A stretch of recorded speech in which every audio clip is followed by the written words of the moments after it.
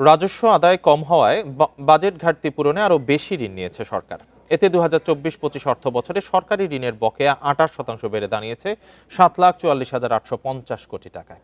এর মধ্যে treasury bond থেকে বকেয়া ঋণ ৫,১৮,৯৯৫ কোটি টাকা, যা এর আগের অর্থ বছরের চেয়ে ২৭% বেশি।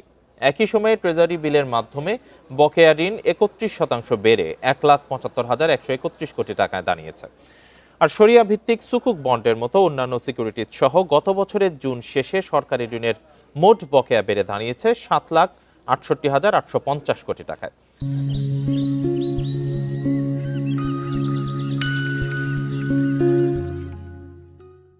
যা দেশের মোট জিডিপির ১২.৯২%। বাংলাদেশ ব্যাংকের তথ্য মতে সরকারের বকেয়া ঋণের মধ্যে ৬৮.৮৭% ব্যাংকিং খাত থেকে নেয়া, আর ১২.০৩% বীমা কোম্পানি, ট্রাস্ট তহবিল এবং প্রভিডেন্ট তহবিল থেকে নেয়া।